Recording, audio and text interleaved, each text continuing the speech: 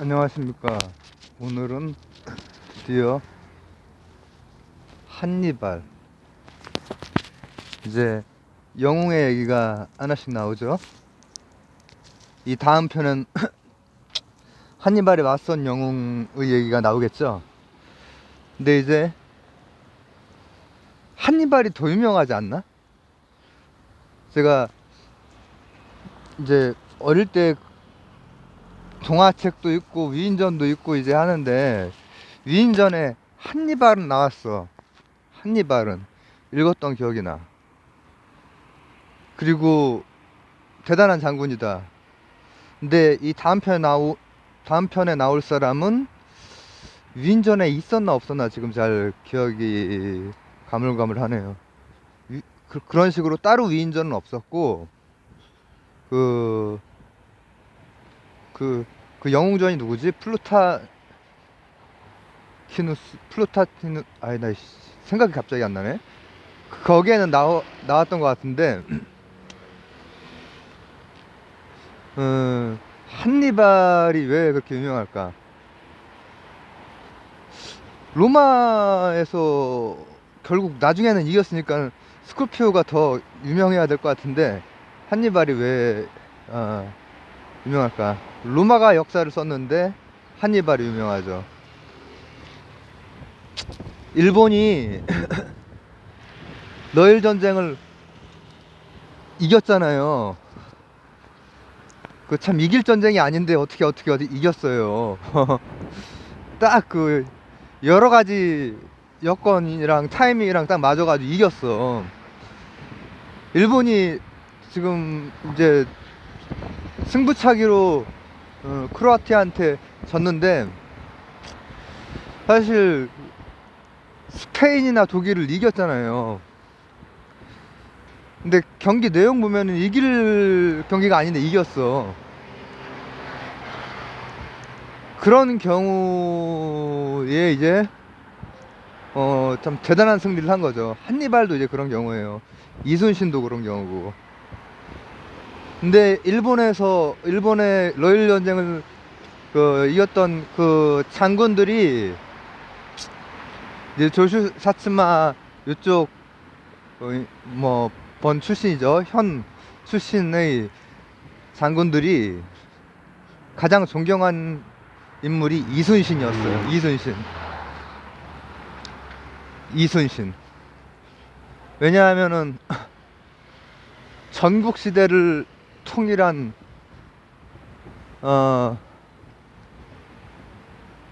갑자기 생각이 안 나지?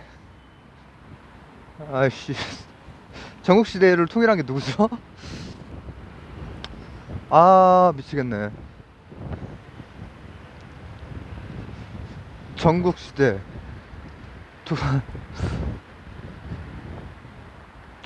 도, 도요토미 히데요시. 아씨. 의 야욕을 꺾은 게 이순신이잖아요. 그러면은 이순신이 일본 역사에서도 가장 막 이 꼭대기로 올라가 버리는 거예요. 그리고 로마가 그 뒤에 제국이 이제 펼쳐지는데, 로마가 완전 망할 뻔했거든요. 칸나의 전투 때 완전 망할 뻔했어. 근데 그 망하게 할 뻔했던 사람이 한니발인데, 결국은 이기고 나서 한니발 쳐주는 거예요. 이 거대한 제국 로마를 완전 망하게 할 뻔했던 한니발 쳐주는 거예요. 그래서 둘 다 역사를 쓴 승자 측에서도 인정을 할 경우 더 높이 쳐주지. 근데 뭐 밀덕이 아니라도 이순신 장군이랑 한니발이랑은 좀 차이가 있죠. 이순신 장군은 정말 이게 사기 캐거도 완전히 그렇게 전승을 하고 전략 전술이 다양하고, 그리고 무엇보다도 대의가 있었어. 이순신 장군은 진짜 요 우리 그 조선 땅 요거 여기를 사수하고 싶었던 마음 빼놓고 없었잖아요. 사심이 없었잖아요. 근데 한니발은 군사적인 측면 전략 전술이 뭐 좋았지. 좋았던 얘기를 제가 할 거예요. 그러나 이순신 장군처럼 완전 사기캐 이렇게 보기엔 좀 어렵지. 거기는 좀 그럴 만한 여건들이 있었고, 이순신 장군은 진짜 말도 안 되는 상황에서 한 거고, 말도 안 되는 상황에서 모든 걸 다 승리를 이제 한 거란 말이에요. 한니발은 대체 내가 위인전에서 읽었는데도 불구하고 그 어린 시절에 읽은, 뭐 유치원 때 이전이겠죠, 그 읽은 이후로 한니발은 역사 교과서에서 잠깐 등장한 거 빼놓고 크게 임팩트가 안 남는 이유가 하나가 있어요. 한니발은 카르타고 쪽이잖아. 그러니까 미국, 프랑스, 뭐 이렇게 되면은 아, 그 나라 사람이구나 이러는데, 카르타고 페니키아의 식민지 카르타고 출신의 명장이죠.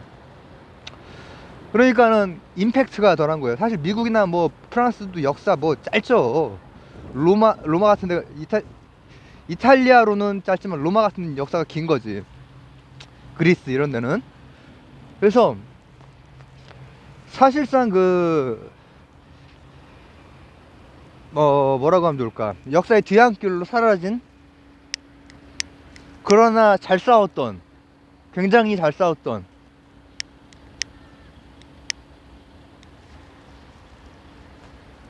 그런 인물로서 로마에서 정말 쳐주는, 자,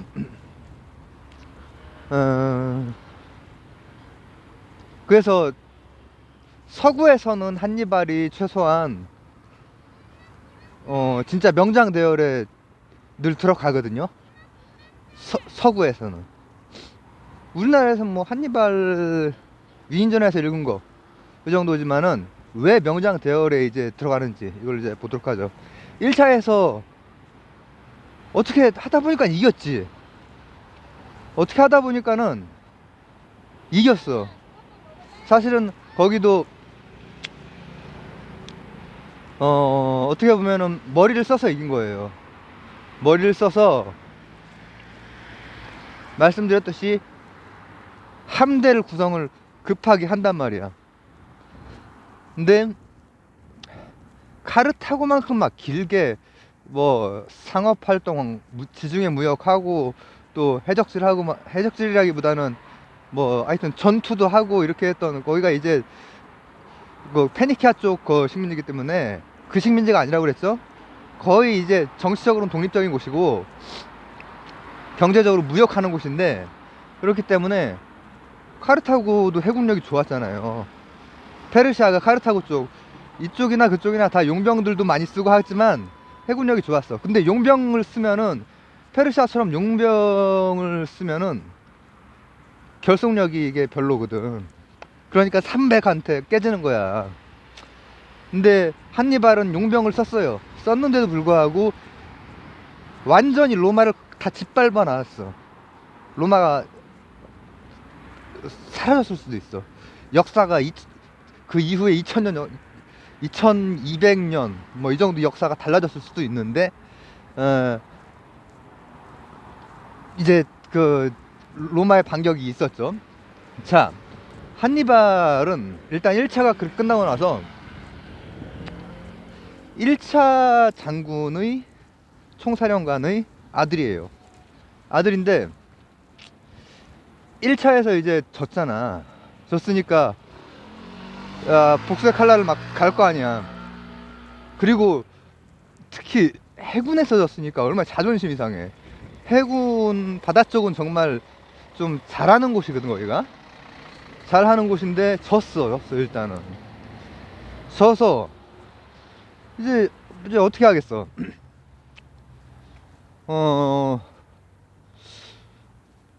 다시 한번 싸우려면은 해군력도 키우고 또 용병들도 쫙 소집해야 될 거 아니야. 그러면은 카르타고 노바, 즉 에스파냐, 이베리아 반도를 일단은 다져 놓는 거야. 그럼 이베리아 반도 지중해에 지금 지중해에 여기가 카르타고인데 이쪽이 이베리아 반도잖아요. 여기 이렇게 싹 해가지고 이쪽 그리스 로마 할 때 로마로 쫙 가는 거지. 이걸 생각하리라고 우리는 생각을 하죠. 근데 그게 아니었던 거지. 여기에서 이제 아마 밀덕들은 한니발을 어느 정도 평가할지 그게 궁금한데, 저는 이제 머리가 좋았던 사람 같아요. 머리가 뭐라고 하면 좋을까? 그 삼국지의 능력치에 보면은 지력이라기보다 통솔력과 지력 둘 다 좋았던 사람 같아요. 통솔력, 지력, 무력, 뭐 정치력 막 이런 거 삼국지 나오잖아요. 그런 거에 좋았던 사람 같아요. 왜냐? 그들의 용병은 똘똘 뭉쳤고, 그리고 해전을 함대로 안 갔어. 이게 바로 승리의 원인이었던 거지. 근데 함대로 안 간다는 게 말이 안 되거든요, 사실. 그 당시의 그 당시가 아니라 근현대에도 말이 안 되는 거예요. 뭐냐면은 산맥 두 개를 넘어야 돼. 뭐냐? 피레네랑 알프스 두 개를 넘어야 돼. 이거는 근현대에서도 이제 현대로 오면은 이제 그 떠다닐 수가 있으니까 위에 가능하지만은 그때는 해군이랑 육군이잖아요. 보병, 기병, 뭐 그리고 전차, 그리고 아니면은 함대 이건데 육로로 올 거라고 생각을 못 했던 거지. 육로로 올 거라고 생각을 못 했을 뿐더러 이 걔네들 입장에서는, 이탈리아 입장에서는 이제 한번 붙기는 붙을 거다. 그 생각은 해볼 수 있지. 그 생각은 했어. 그 생각은 했는데 뭘 예측을 잘 못했냐면은, 너무나 당연히 바다로 올 거다. 그래서 이제 어떻게 준비를 했냐. 한번 이겼잖아. 어떻게 하다 보니까. 사실 쉬운 승리가 아닌데 승리를 잡은 거예요. 1차전에서. 1차전에서 야, 해군으로도 우리가 카르타고를 이길 수가 있어?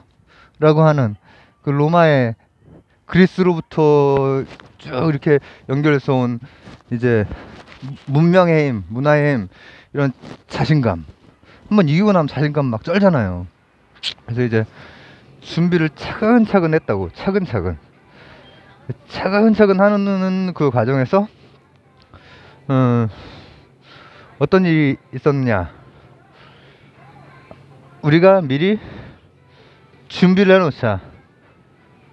왜 그 한번 이렇게 카르타고까지 한번 쳐 내려갔을 때는 깨졌거든. 그건 안 돼. 하지만은 오는 놈은 잡을 수가 있어. 라고 이제 생각을 한 거지. 그리고 그 생각은 로마 입장에서는 설득력이 있고 뭐 맞는 말이지. 맞는 말이라고 볼 수 있지.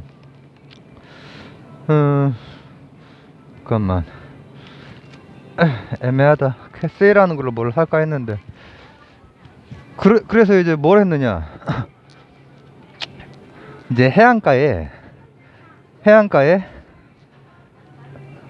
이게 로마 반도 그 장화에서 해안가 근처로 이제 미리 대비를 좀 해놨어. 당연히 해군으로 올 거다. 근데 한니발 장군이 이베리아를 일단 다져놓고 카르타고 노바, 거기가 그러니까 나중에야 이제 유럽이 이제, 그리고 그 나중에야 갈리아 지방이나 이런 데가 이제 되는 거지. 거기는 아무것도 없던 시기야. 그냥 아주 부족들 막 이렇게 있던 시기예요. 로마만 돼도 연맹체는 되잖아 그때까지. 그 뒤에는 제국이 되고. 근데 다져놓고 놀랍게도 그걸 뭐 어떻게 해야 되지? 기병, 보병, 전차가 산맥을 넘기도 힘들고 새로운 전차를 새로운 전차를 아 전차 부대를 만들어내지. 뭐냐? 코끼리 부대. 코끼리 부대가 예전에 한번 나오잖아요, 그리스에. 근데 코끼리 부대에 그리스도 놀라지만은 그리스의 밀집 보병에 코끼리도 놀라서 어 결국은 그때는 제대로 안 됐는데 이번엔 제대로 준비를 해가지고 가는 거야. 왜냐면 그렇다고 이제 한니발은 전쟁 뭐 잘 빠삭한 사람이고 하니까 이 기병 보병 다 준비를 해 놨어. 근데 오히려 함대 쪽이 아니라 코끼리 쪽을 준비를 해간 거지. 근데 이제 이 같은 시기에 로마는 장화 근처에 있는 라틴 동맹 이외에 갈리아족들이 또 이쪽에 다 있다고 했잖아요. 이제 그 갈리아족들은 이제 켈틱스라고 볼 수 있는데 그 중에서 장화 근처에 있는 쪽은 로마의 우호적이야. 우호적에 살아남으니까 라틴 연맹이 세니까 이제는 힘이 옛날에 그 늑대전 먹고 이러던 그게 아니니까 옛날 생각하면 안 되지.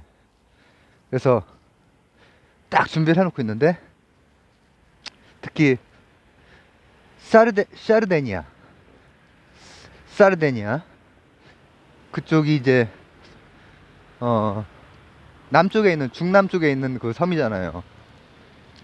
준비를 해놓고 있는데 카르투가노바를 제대로 이제 딱 이베리아 반도를 제대로 이제 딱 해놓고 나서 다지고 나서 어 한니발은 피레네랑 알프스를 선택을 한 거야.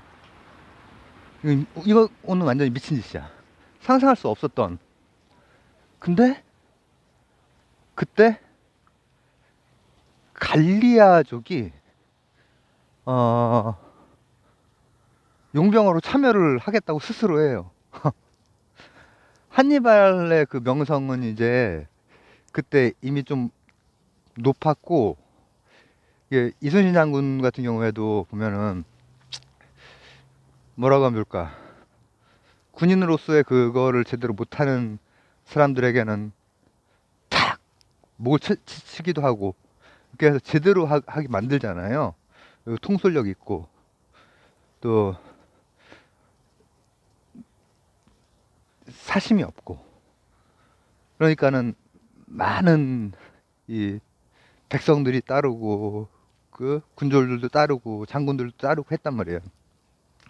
근데 이 한니발 장군도 좀 그런 쪽이야. 적이라고 해도 가는 도중에 만나는 적이라고 해도 굉장히 용맹하고 그러면은 너는 살려줄게 하고 뭐 이렇게 살려주고 막 했대. 근데 그러면서 점점 붙는 거예요. 용병이 그 로마랑은 달리 자진해서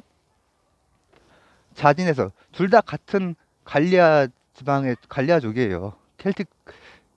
켈트족이에요. 켈틱스인데 어 이탈리아보다는 좀 더 북서쪽에 있는 걔네들은 오히려 한니발족에 쓰는 거야. 로마족보다 한니발이 훨씬 더 괜찮아. 그들이 보기에 한니발이라고 하는 한 인물이 엄청난 매력과 맞아 매력도 있다. 삼국지에 보면은 측정치 중에서. 그런데 그 어떤 것보다 통솔력이 좋았어. 지력은 그쪽으로 가면 예측 못하겠지. 이렇게 지력을 세울 수는 있지. 근데 통솔해서 그거를 가는 길에 많이 죽었거든요. 근데 그럼에도 불구하고 이 많은 부족들이 갈리아 지방에 있던 많은 켈틱스들이 그래도 따랐어 한니발을. 로마랑 한번 붙어보자 하고. 그러니까 피레네하고 알프스를 넘고 들어가 진군을 해. 그러니까 로마에서는 이제 이 사르데니아 쪽의 그 해군력과 뭐 해서 다 이제 이제 라틴 동맹 이외에도 켈트까지 이렇게 같이 연합을 해가지고 마르세유 쪽으로 이제 준비를 하고 있다가 엉뚱하게 육로로 산맥을 넘어서 오는 거야. 그러니까 이제 생각이랑 너무 달라진 거지. 그래서 거기에도 뭐 이런 전투들이 있지만 그 중에서도 가장 아주 결정적인 게 캄나의 전투. 이때 로마의 그 주력이 완전히 다 그냥 개박살이 나요. 그리고 그때 또 지금까지 그 용병들을 다스리면서 온 거잖아. 로마는 최소한 라틴 동맹 내에는 단단하거든. 같은 시민권을 줬다고 했잖아요. 그 서구의 사상의 그 모체가 되는 그런 공화정, 시민권, 상원, 하원 이런 거 호민관. 근데 그 용병들은 한니발한테 그렇게 따를 이유가 별로 없거든. 하지만 따르는 거야. 항해들처럼. 항해가 따랐지만은 그거는 항해가 나중에는 또 우리가 잘 처리를 못했어요. 근데 하여튼 따랐어. 따르고 좀 제대로 이렇게 해줬어. 그러니까 이제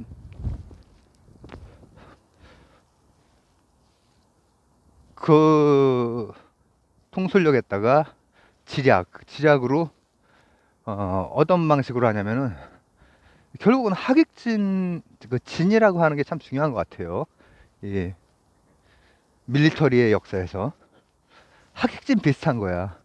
뭐냐면은 로마의 이제 육상이니까 보병이 세잖아요. 로마 보병이 엄청 세요.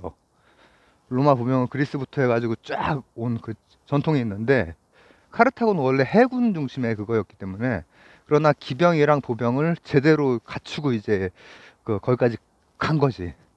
그러니까 로마는 깜짝 놀랐지. 그리고 뭐냐 하면은 이거는 그리스나 로마도 뭐 심심치 않게 재미 보던 건 하객진 비슷한 건데 밀집 대형이니까 걔네가 로마도 밀집 대형이니까 하객진 비슷하게 양쪽 끝으로 기병들을 딱 놓고 안쪽으로 유인한 다음에 기병들이 덮치는 거야.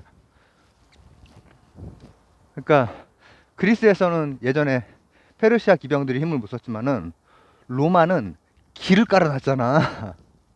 로마가 왜 로마냐? 모든 길은 로마로 통하고 모듈화, 선진 문명들이 잘하는 모듈화를 해놓은 게 바로 그 길이었단 말이야. 길. 근데 그 길을 따라서 그냥 들어온 거야.